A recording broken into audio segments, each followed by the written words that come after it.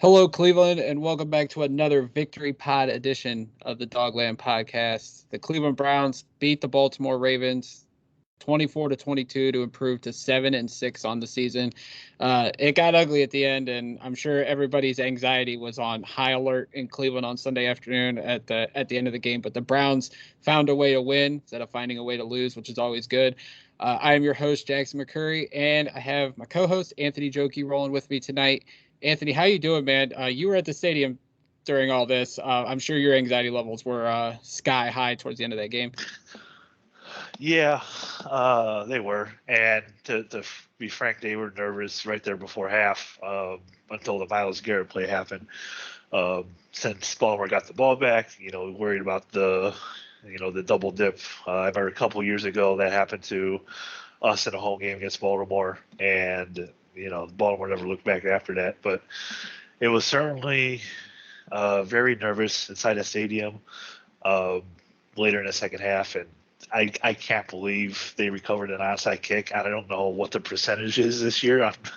I don't know if there's been more than one or two that have been recovered by the kicking team, but somehow they managed to give one up, and thankfully they were able to get the ball back on downs, because anything over the 50-yard line, I'm pretty sure Justin Tucker would have nailed it to give them the win. So, it was a hard-fought game, and it was very thankful that we're not sitting here talking about a loss, because it probably would have ended their playoff chances if they would have lost that.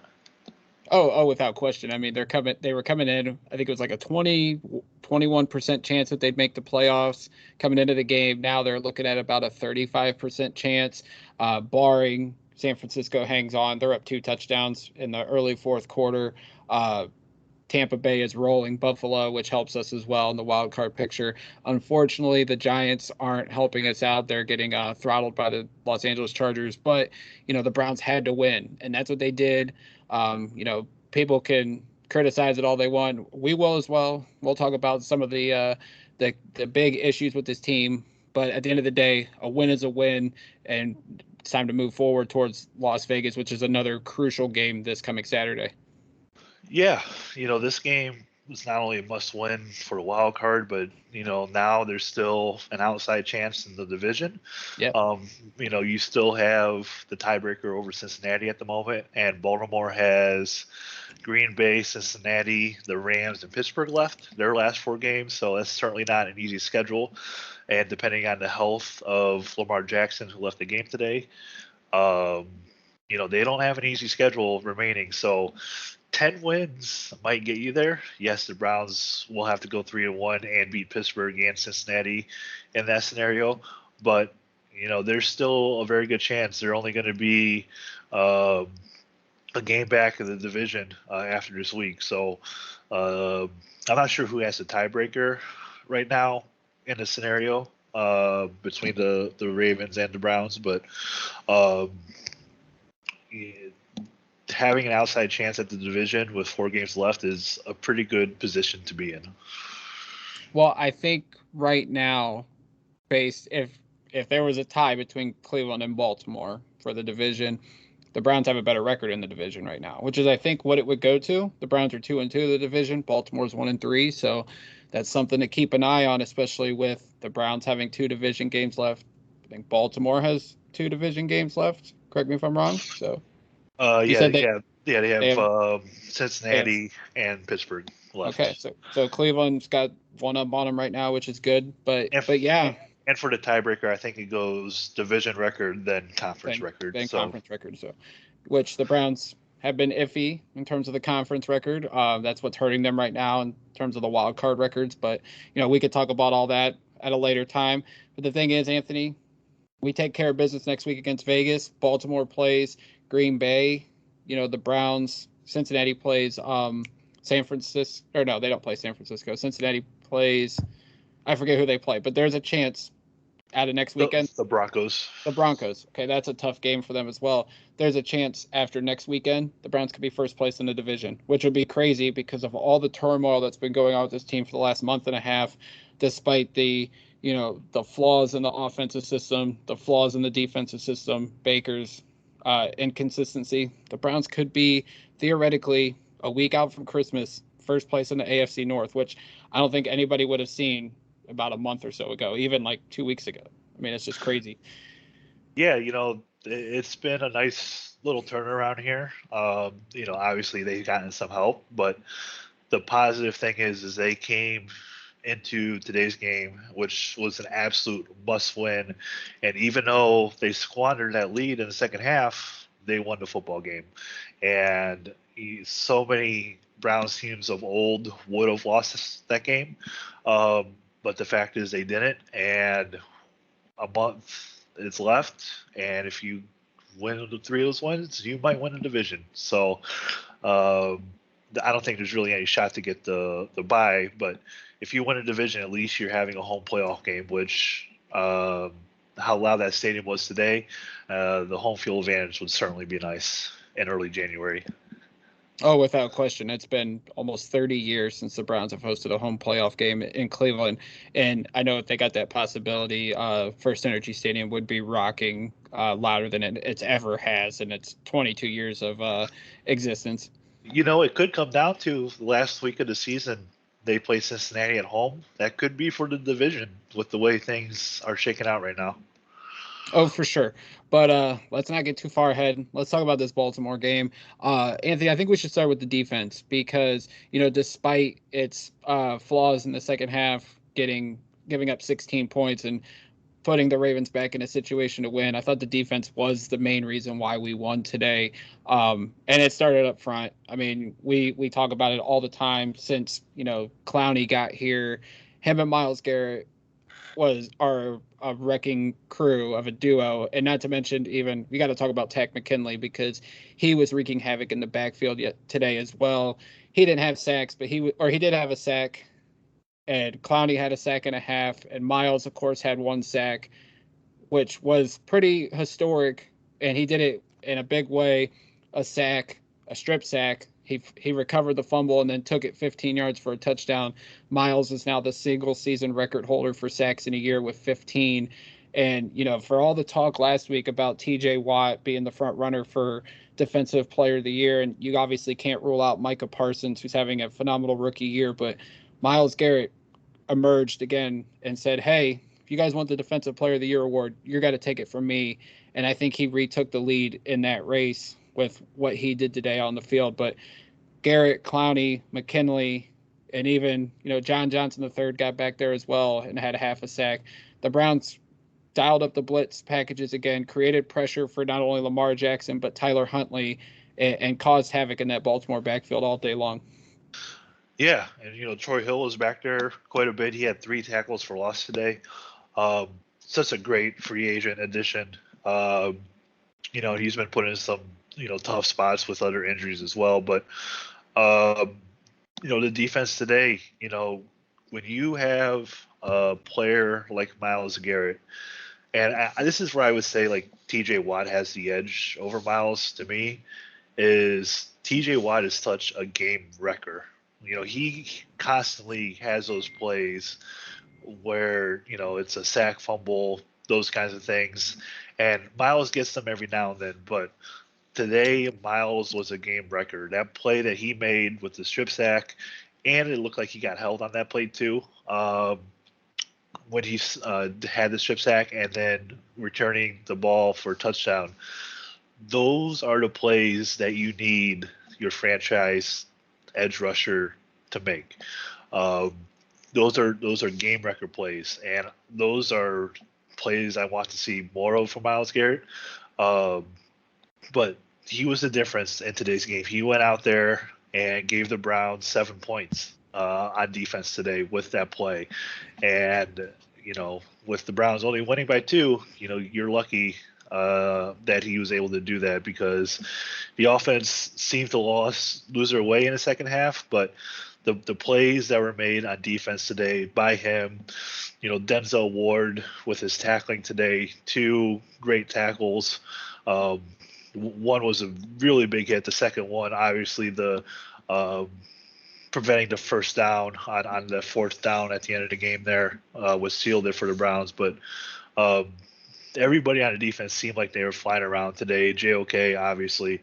They did have some trouble with Huntley and scrambling in the second half, to say the least. But, that was either going to be Huntley or Lamar Jackson doing the same thing. But this defense did enough for the Browns to win today. And I would say Myles Garrett was the difference in this one today. And he's the reason the Browns won. Yeah, he was definitely the catalyst. And it goes back to Friday when he met with the media. And he said that, guys weren't as focused. And, the media asked, Denzel Ward and some of the other defensive players post-game about Myles' comments. And they said, well, it fueled us. It got us to wake up and say, hey, we had to go out there and bring it. And they did. It wasn't just, the guys up front. You mentioned Denzel Ward and JOK. Troy Hill, prior to, I think he got hurt late in the game, 3 tackles for a loss. Dude was disruptive in the backfield. Grant Delpit was all over the field today. John Johnson, guys had to step up, not only because of Myles' comments, but the injuries. Ronnie Harrison was out this week. Greg Newsome gets a concussion Friday. He goes out. Guys stepped up and guys played well. Anthony Walker on the COVID list. It was a next man up mentality with this defense. Yeah, the second half wasn't as good as it should have been, but guys played hard and guys were putting in 100% effort because Myles Garrett, who's that leader of the defense, called them out, and guys stepped up to the challenge and performed when they needed to, because this was a big game. It's a division game. It was pretty much a win or go home game. And to see the defense step up, especially when Baltimore comes storming back and there was a chance that they could have won the game late on a late field goal, big tackles by Denzel Ward, especially on that fourth down by Ward, really set the tone and showed how bad the Browns wanted to win this game. And, the other huge play that doesn't get, or probably won't get as much credit, is the interception in the end zone on a 2-point play. For sure. Those 2 points were the difference. And, I can't for the life of me remember who picked it off, but it was right there in front of me.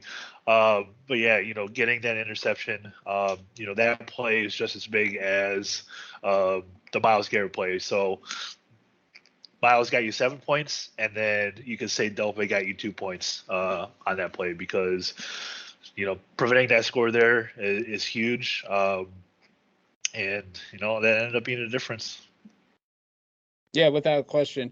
Hey, Anthony, we've seen this time and time again with this defense. When the Browns get a big lead, it goes back to last season. I could think back to the Dallas game, the Pittsburgh game in the playoffs. There's been games where the Browns get these big leads. Tennessee game also comes to mind because the Browns open up a huge lead in that one.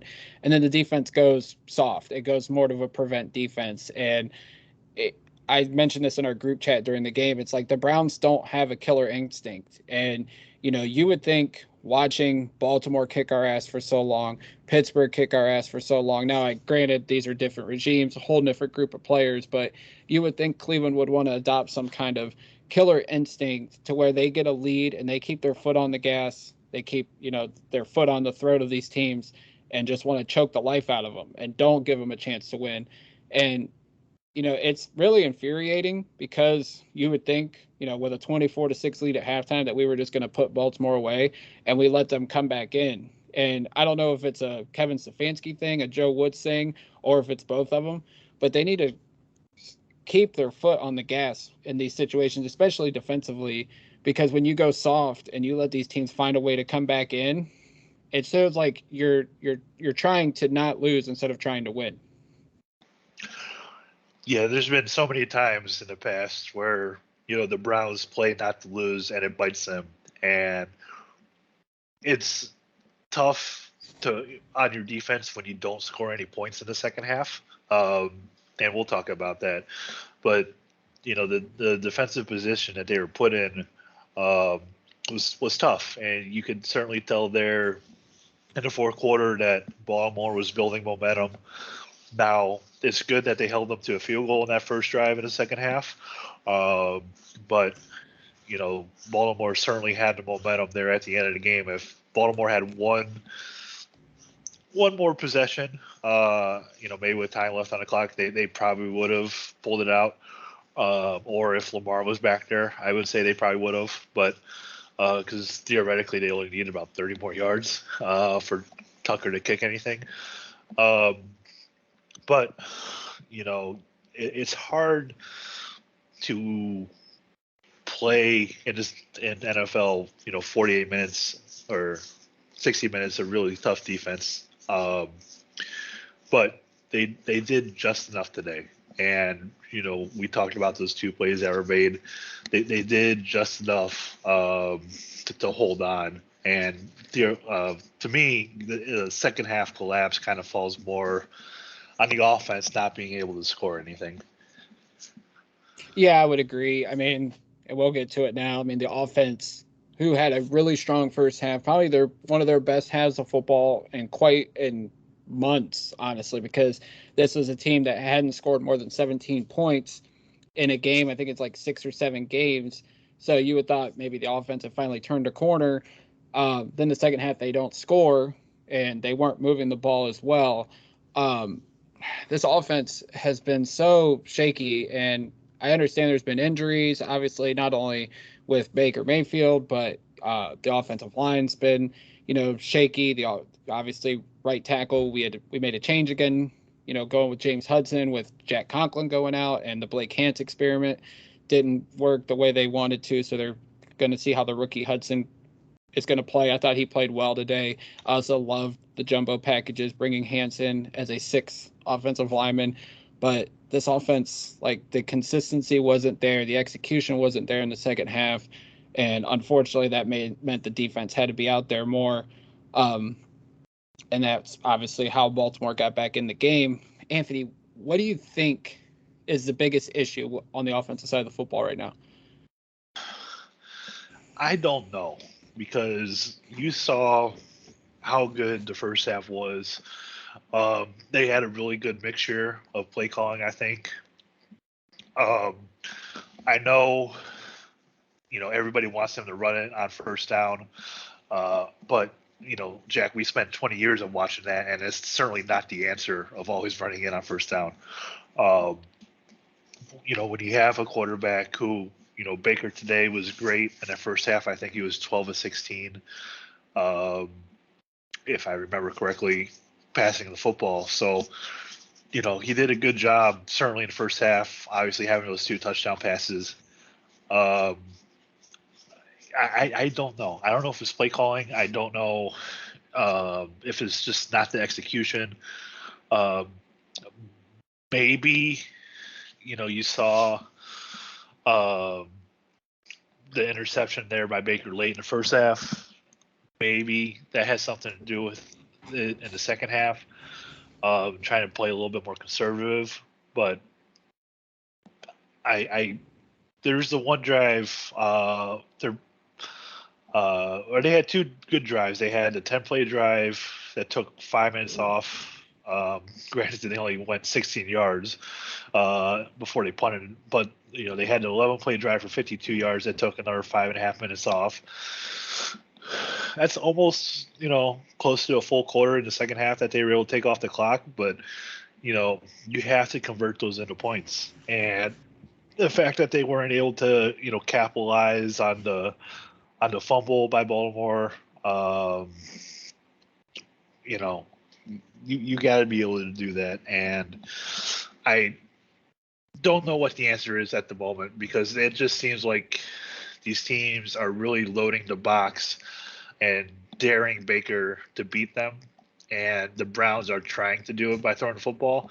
It was better today than it has been in previous weeks, because Baker kind of has his mobility back.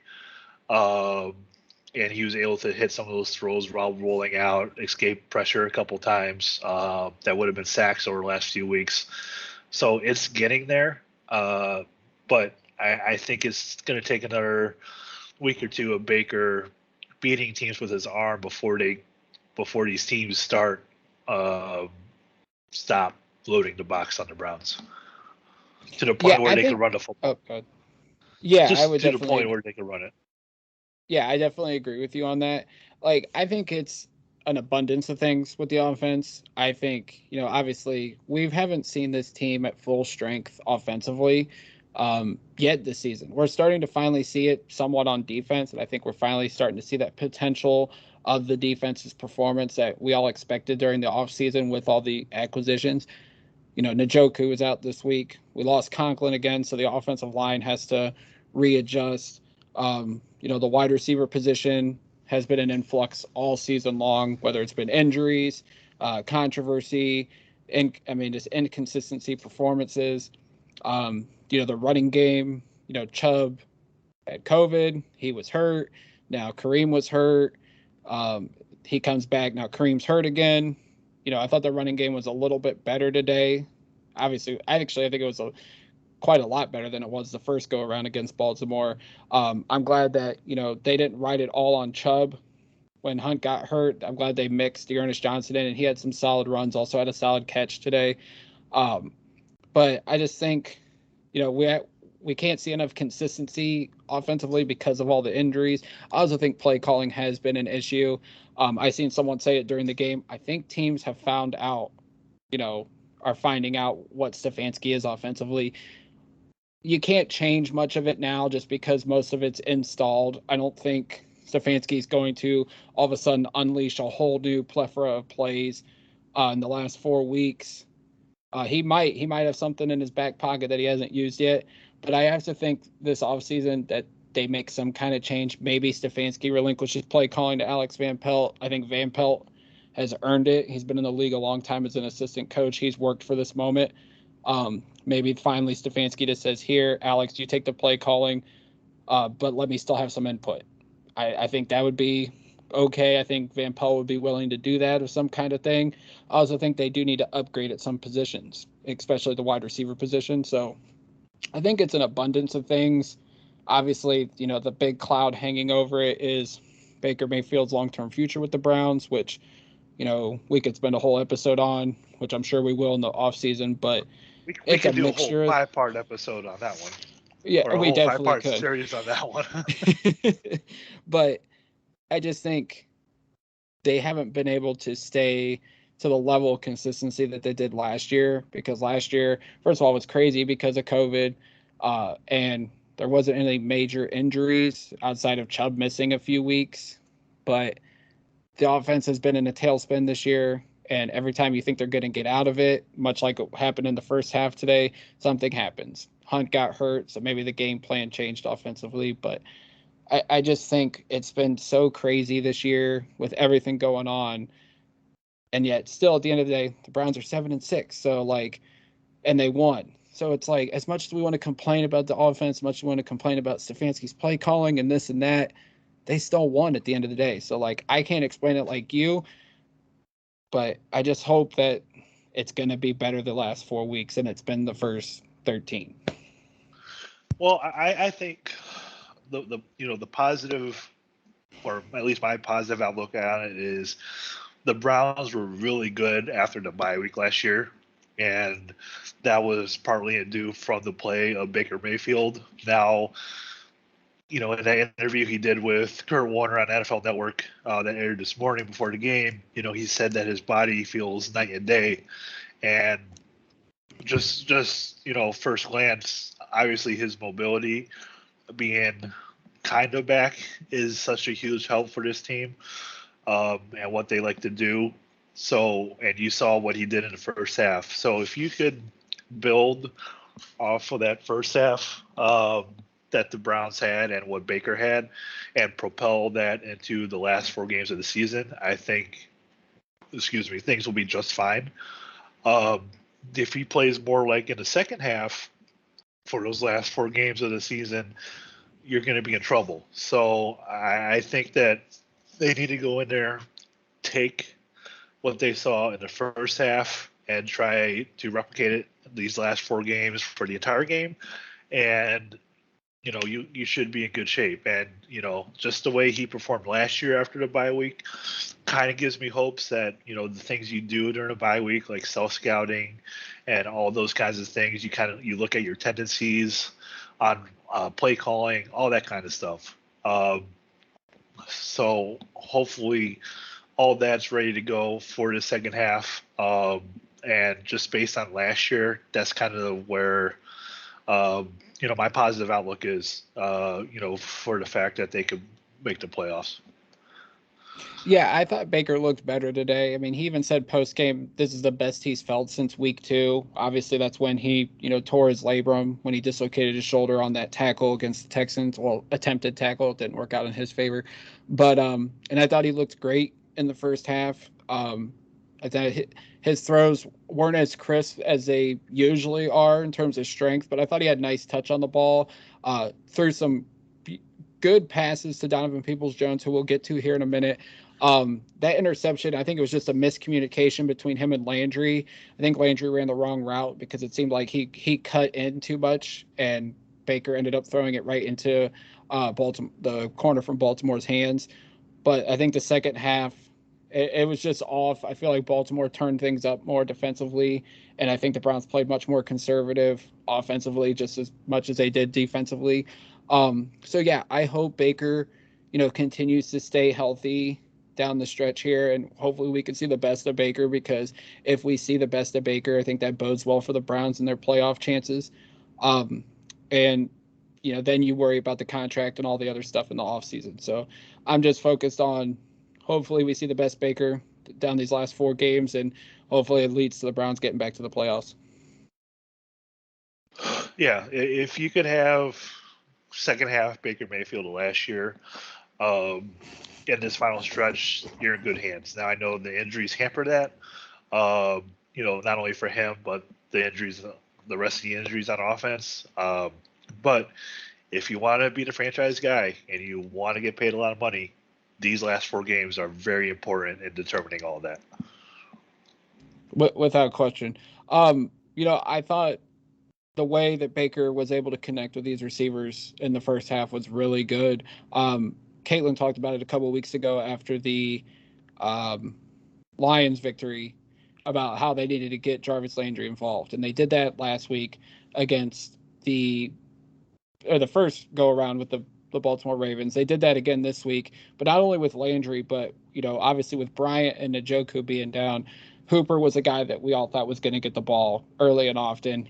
He dropped the first target, but then he was really consistent the rest of the way, catching 5 of his next 6 targets. And then Donovan Peoples-Jones, we're always wondering, are we going to get the good Donovan Peoples-Jones or the Donovan Peoples-Jones who barely sees the football? Well, we saw the good one today, made some unbelievable catches, including that one on the sideline, which I'm shocked Baltimore didn't review. But Peoples-Jones had a great game, Landry had a great game, and Hooper had a great game, and they helped Baker lead the offense down the field for 2 touchdowns in the red zone today. Yeah, and that's another thing too. They have had a very tough time converting in the red zone, and they were able to get into the end zone today a couple of times. You saw Peoples-Jones; he caught 5 of 7 targets. Landry caught 5 of 8. Hooper caught 5 of 7, which is very good for this offense to be able to spread it around target wise with those 3. Obviously, being down 2 tight ends and Higgins didn't even have a target today. I know he's active, but I don't remember seeing him on the field. But this offense is built to spread the wealth, receiver wise. But they were able to do a lot of different things against Baltimore offensively today, at least in that first half, to really, put the pressure on them early. So as long as they could get a little bit healthier, get Anthony Schwartz back. I know he's been out a month with a concussion. He's missed a lot of football. Get Njoku back, get a couple of these other guys back. It will certainly help this offense to somewhat be full strength. We can't fully get there this season, but and hopefully Hunt isn't too hurt either with the injury that he had today too. But to be able to have this team at maybe like 90% offense, healthy on offense, will certainly be a huge plus, considering where they've been at certain points this season. Yeah, I mean, that's going to be huge if, we can get. I don't know if we'll get Schwartz back. It seems like that concussion is pretty significant. And I know a lot of people are saying, well, he's been out a month. Well, concussions, all concussions are different. It's going to take time for him to heal clearly. Me and Anthony were talking about Justin Morneau, which is this is baseball player, but he was out half the season with a concussion. I think Joe Hayden missed like 3/4 of a season 6 or 7 years ago with a concussion. So he was out all that time in a non-contact sport. Yeah, so exactly. It just affects everybody different. Yeah, I mean, it's crazy, but like we can get Njoku back off concussion protocol. I wouldn't bank on Harrison Bryant being back because it's a high ankle sprain, and those are typically a 4 to 6 week injury. But people come back quicker than that. But to get Njoku back, who's our top receiver, would be great for this offense. Sounds like Hunt's injury's not terrible. I mean, we will see. He was still padded up, had his helmet on, so I think theoretically he could have came back in the game in the second half. They just didn't put him back out there, but I would tend to think that injury is not significant, so hopefully not. But we do have Dearness. But yeah, if we can get some of these offensive players back down the stretch, I don't know what to make of Rashard Higgins. Anthony, I mean, we didn't talk about this for the first Baltimore game. He's inactive for the first Baltimore game, but the fact that this is the third coaching staff to make him inactive in a game, and he's been Baker's favorite target since he got here, and he's been very insignificant in this offense this year. I would not imagine it bodes well for Higgins being a long-term piece at the wide receiver position for the Browns. No, and I don't know what it is. It's always a mystery with him. Yeah, it's always a mystery, and when it doesn't bode well for your future. I know he has good chemistry with Baker, but when you can't see the field in the first Baltimore game, when you have tons of other injuries and your receiving core is lacking, to say the least, and to be inactive, that says a lot. So I don't know what it is, but I would put pretty good money on he won't be here next year. I could put pretty good money on that one. Yeah, the wide receiver room I think is going to look significantly different next year. It has to be a complete overhaul. I think draft picks, free agency, you're going to see at least 2 or 3 more guys in here next year. I don't think this is a bold prediction, but I think the only safe guys are Peoples-Jones and Anthony Schwartz. I think everybody else is definitely in the air. Jarvis Landry included. People don't get mad at me. I'm just telling you my opinion. I could see. I know they're special teamers, but I could probably see like JoJo Nansen. Which, how about that play he made today on the kickoff? I seen that like one other time as a game in Green Bay where the Packers player pulled that off. But what a smart play on the kickoff to stand out of bounds, touch the ball inbounds, so it's rolled out of bounds. Great special teams play. Geniuses are born and bred in Akron, Ohio. I mean, what can I say? All right, cut it out. But yes, very smart play by JoJo Nansen. This is why they kept him around on the practice squad and have called him up for things like this. And since we're talking special teams, I would strongly consider bumping him up to the active roster because, and I don't know if the sun was playing a factor into it, but Demetric Felton as the punt returner is not working out. He fumbled both opportunities today, and that's just not something we need when we're trying to make a playoff run. No, but the win was really rough today. Like it was. I won't even. At the beginning of the game, me and the guy next to me, the flag on the southwest end of the stadium was blowing in, or was blowing east, and the flag in the northeast part of the end zone was blowing west. So there were certainly some swirling winds in there today. So it was not easy to catch anything in terms of kicks today. I'm just glad this game wasn't played on Saturday during the 50 and 60 mile an hour winds because that would have been something. Since we're talking, go ahead. Sorry. No, I was going to say, it really affected the kicks. That's why, that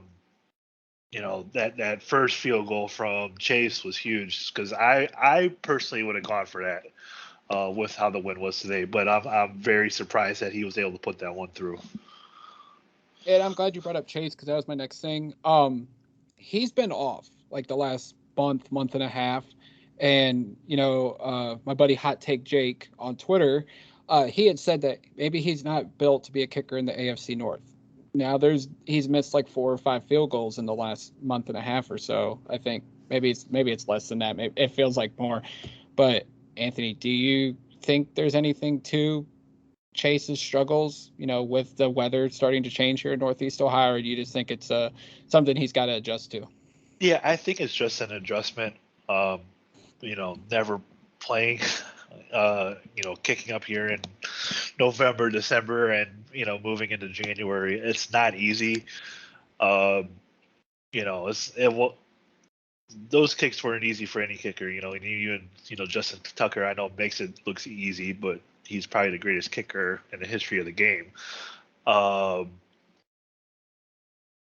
It's certainly something that you really don't know until you get there. And when you see how things swirl in that stadium, I actually think kicking in the West End is easier, which is why he made that first one. I know he doinked the second one that way, but it just seems like you're doing it more often will get you the experience that you need to kind of figure out how those wins work. And the sad thing is you may think you have it figured out, and I've heard Phil Dawson talk about this. You may think you have it figured out, and by the time you kick the ball, it'll change. So it's just kicking anything over 30 yards in that stadium in November, December, January is not an easy task, to say the least.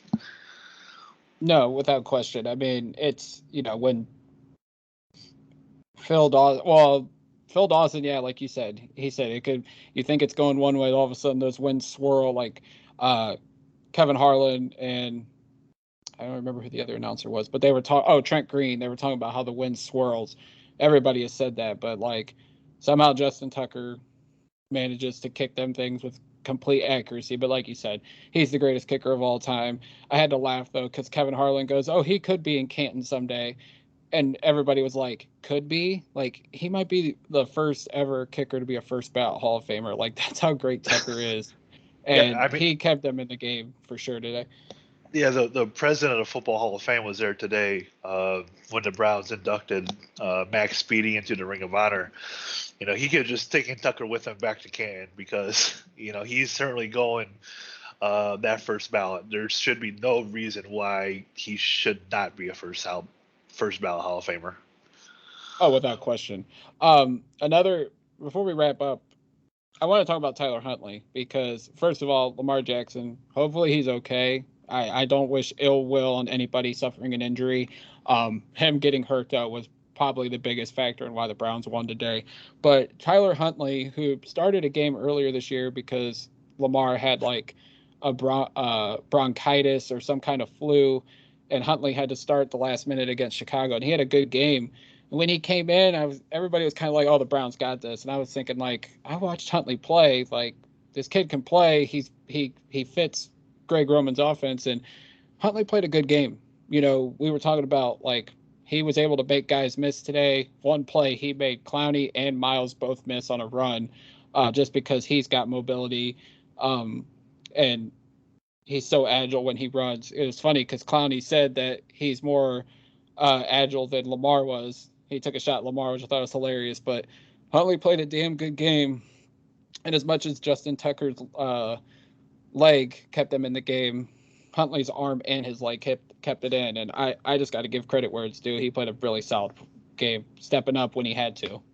Yeah, he did. And, it's nice to have a guy like that backup quarterback wise that kind of is the same style as Lamar.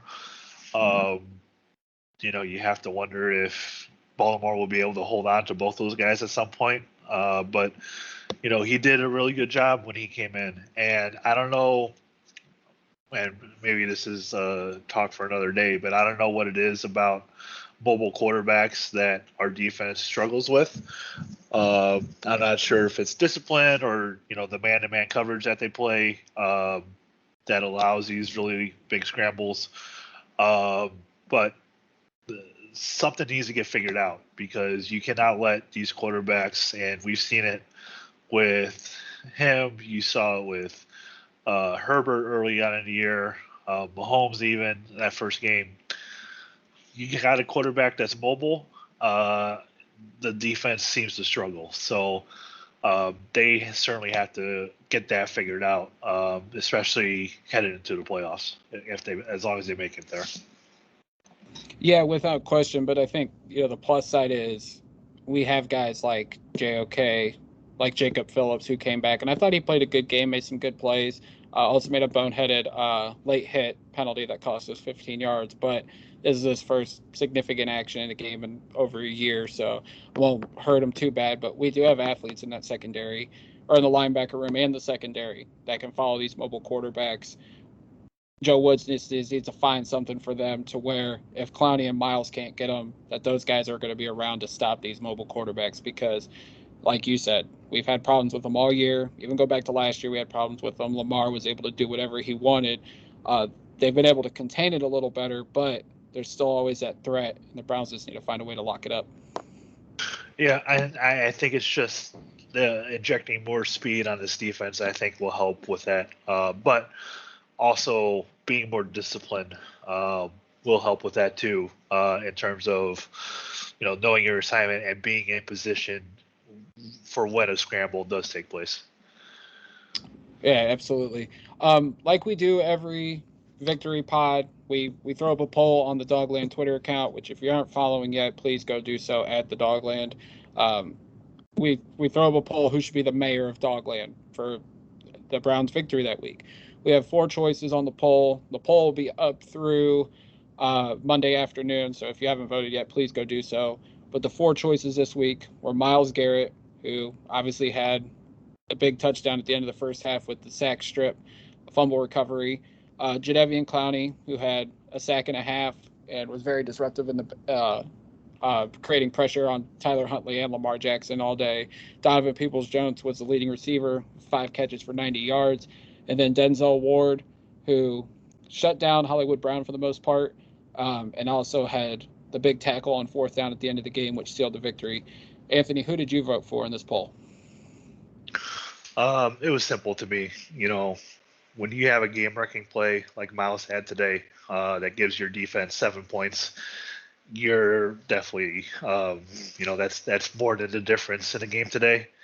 And I think that, he certainly deserves it for that play and that play alone. I would agree with you, but in the heat of the moment, when I made this poll and then I voted Denzel Ward because he made the game-saving play on 4th down with that big tackle. I voted for him, but I would actually agree with you at the end of the day. Myles Garrett should have been, he's the player of the game, and he should be the mayor of Dogland. And right now, as the poll stands, only 77 votes, but Myles Garrett has 62% of the vote. He's the leader right now in the clubhouse. Denzel Ward has 28%. Jadeveon Clowney has 9%, and then Donovan Peoples-Jones only has 1%. So if you guys haven't yet, go to the Twitter account. If it's still up by the time you listen to this, at the Dogland on Twitter, go cast your ballot for who do you think the mayor of Dogland should be for the Browns' Week 14 victory over the Baltimore Ravens. Anthony, as we wrap things up, is there anything you want to discuss? I don't think so, but you have a little bit shorter week this week with Vegas on Saturday. I still say Oakland. It should still be Oakland, but you have a shorter week. You got to definitely show up some things. I'm sure we'll talk before that game on Saturday to preview it, but you win this game on Saturday, you put yourself in a very good position for the playoffs. Yes, you do. And with a win next week and a Baltimore loss, granted, San Francisco wins, which they are in field goal range right now. They are tied with Cincinnati at 20. After blowing a lead, a huge lead. Yes, they've blown a lead. They have a tendency to do that under Kyle Shanahan. But if San Fran finds a way to win, the Browns win next week against Vegas, and Baltimore loses to Green Bay, the Browns will be first place in the division, which is just crazy. And before we actually close things up, I did want to actually say such a tragedy this past week. Demaryius Thomas, former NFL wide receiver with the Broncos, tragically passed away at 33 years old. Anthony, this dude was one of the, I would say, underrated wide receivers of our generation. What a playmaker, former first round pick, balled out, whether it was with Tim Tebow at quarterback or Peyton Manning at quarterback. The dude was a playmaker at the wide receiver position. So sad at 33 years old for him to pass away. Any thoughts on Demaryius Thomas before we wrap things up? Yeah, he was really good. He was always a deep threat, and it's such a shame to lose somebody so young, especially at 33. I mean, goodness, that's only 3 years older than me, and he had a full NFL career. It's so tough to see somebody's life cut short. And I thought it was very cool today what Denver did.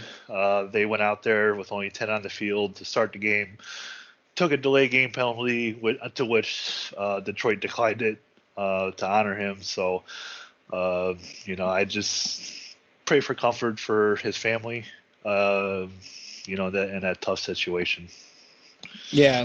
Thoughts and prayers to to his family. Thoughts and prayers to the Denver Broncos family. The outpouring from all the players that either played with him, played against him.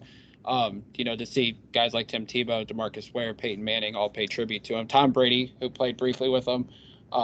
It was such a crazy thing to see him go at 33 years old. It's so sad. As we wrap things up, we will be back later this week to preview Browns versus Raiders.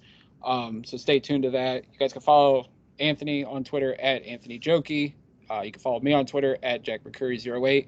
And you can follow the Dogland on Twitter at the Dogland, and also check us out on Facebook. Until next time, as always, as we get on out of here, go Browns.